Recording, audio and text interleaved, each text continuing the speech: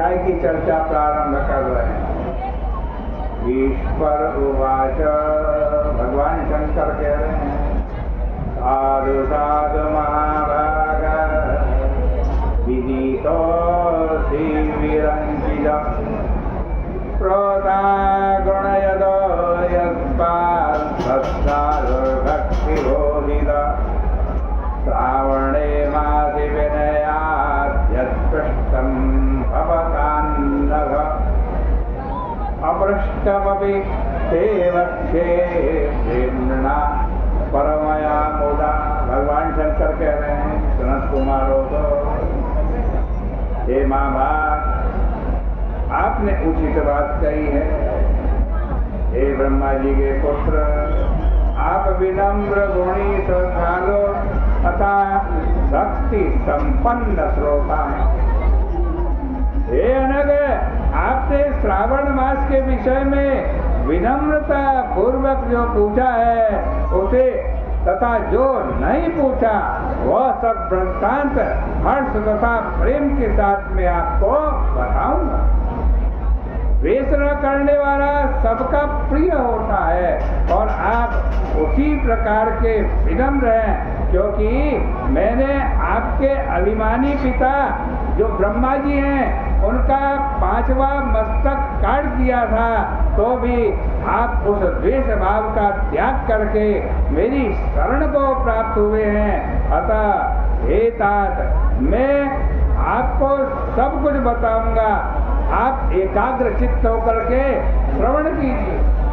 हे योगिन, मनुष्य को चाहिए कि श्रावण मास में नियम पूर्वक नक्त व्रत करे और पूरे महीने भर प्रतिदिन रुद्राभिषेक करे। अपनी प्रत्येक प्रिय वस्तु का इस मास में त्याग कर देना चाहिए। पुष्पों, फलों, धान्यों, तुलसी की मंजरी तथा तुलसी दल और बिल्व पत्रों से शिव जी की लक्ष्य पूजा करनी चाहिए। 1 करोड़ शिवलिंग बनाने चाहिए और ब्राह्मणों को भोजन कराना चाहिए। महीने भर धारण पारण नामक व्रत अथवा उपवास करना चाहिए। इस मास में मेरे लिए अत्यंत प्रीतिकर पंचामृत अभिषेक करना चाहिए। 5 चीजों से जो चरणामृत बनता है जिसका, उस पंचामृत से अभिषेक करना चाहिए। इस मास में जो जो शुभ कर्म किया जाता है वो अनंत फल देने वाला होता है। हे मुने, इस मास में भूमि पर शयन करे, ब्रह्मचर्य का पालन करे और सत्य वचन बोले। इस मास को बिना व्रत के कभी भी व्यतीत नहीं करना चाहिए। फलाहार अथवा हविष्यान्न भोजन करना चाहिए, पत्ते पर भोजन करना चाहिए। व्रत करने वाले को चाहिए कि इस मास में शाक का पूर्ण रूप से परित्याग करे। हे मुनिश्रेष्ठ, इस मास में भक्ति युक्त होकर मनुष्य को किसी न किसी व्रत को अवश्य करना चाहिए।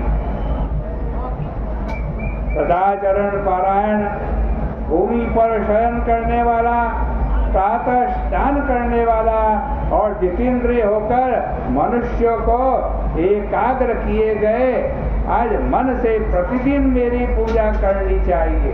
इस मास में किया गया पुरस्चरण निश्चित रूप से मंत्रों की सिद्धि करने वाला होता है। इस मास में शिव के षडाक्षर मंत्र का जप अथवा गायत्री मंत्र का जप करना चाहिए और शिव जी की प्रदक्षिणा, नमस्कार तथा वेद पारायण करना चाहिए। पुरुषोक्त का पाठ अधिक फल देने वाला होता है। इस मास में किया गया ग्रह यज्ञ, कोटि होम, लक्ष्य होम तथा अयुत होम शीघ्र ही फलीभूत होता है और अभिष्ट फल प्रदान करता है। जो मनुष्य इस मास में एक दिन भी व्रत हीन व्यतीत करता है वह महाप्रलय पर्यंत घोर नरक में वास करता है। यह मास मुझको जितना प्रिय है उतना कोई मास नहीं है। यह सकाम व्यक्ति को अभिष्ट फल देने वाला तथा निष्काम व्यक्ति को मोक्ष प्रदान कराने वाला है। सत्तम श्रेष्ठ इस मास के जो व्रत तथा धर्म हैं उन्हें मुझसे सुनिए। रविवार को सूर्य का व्रत जो कल है, फिर सोमवार को भगवान कहते हैं मेरी पूजा, और नक्त भोजन करना चाहिए। श्रावण मास के प्रथम सोमवार से आरंभ करके 3.5 महीने तक और रोटक नाम का व्रत किया जाता है। वह सभी वांछित फल प्रदान करने वाला है। मंगलवार को मंगल गौरी का व्रत, बुध बृहस्पति के दिन बुध बृहस्पति का व्रत, शुक्रवार के दिन आज जीवंतिका देवी का व्रत, और शनिवार को हनुमान जी तथा नरसिंह का व्रत करना बताया गया है।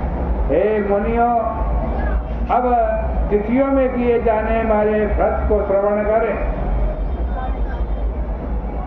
श्रावण के शुक्ल पक्ष की द्वितीया तिथि को औदुंबर नाम का व्रत होता है।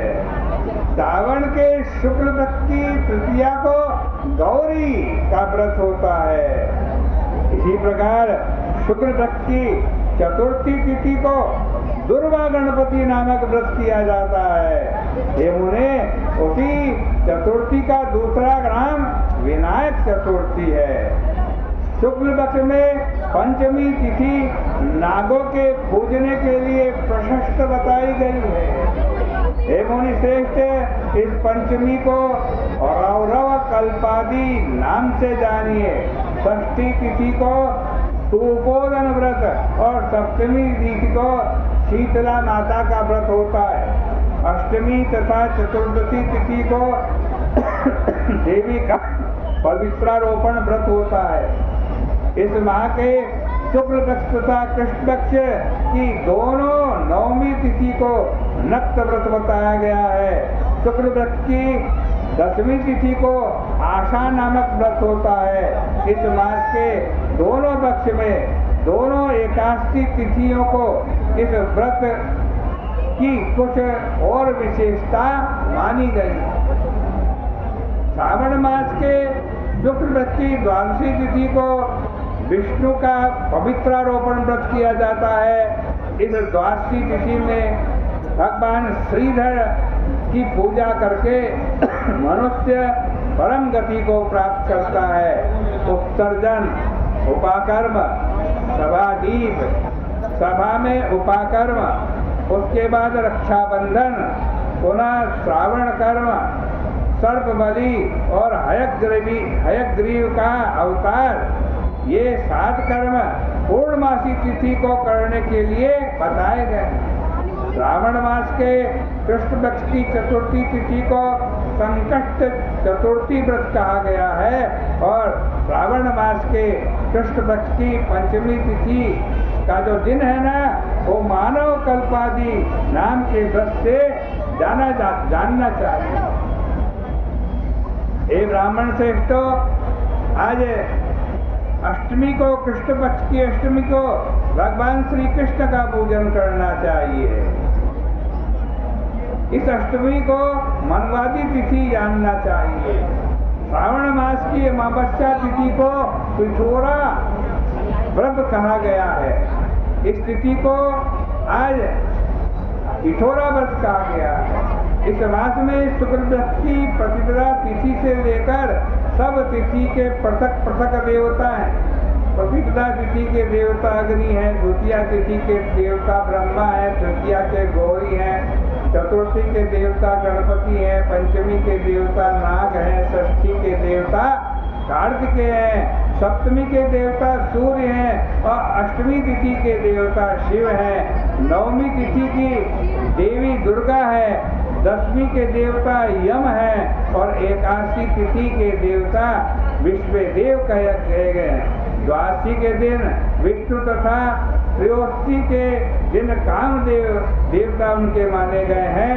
चतुर्दशी के देवता शिव और पूर्णिमा के देवता चंद्रमा और अमावस्या के देवता पितर बताए गए हैं। ये तिथियों के देवता कहे गए हैं जिस देवता की जो तिथि हो उस देवता की उसी तिथि में पूजा करनी चाहिए। प्रायः आज इसी मास में अगस्त का उदय होता है, अगस्तोदय।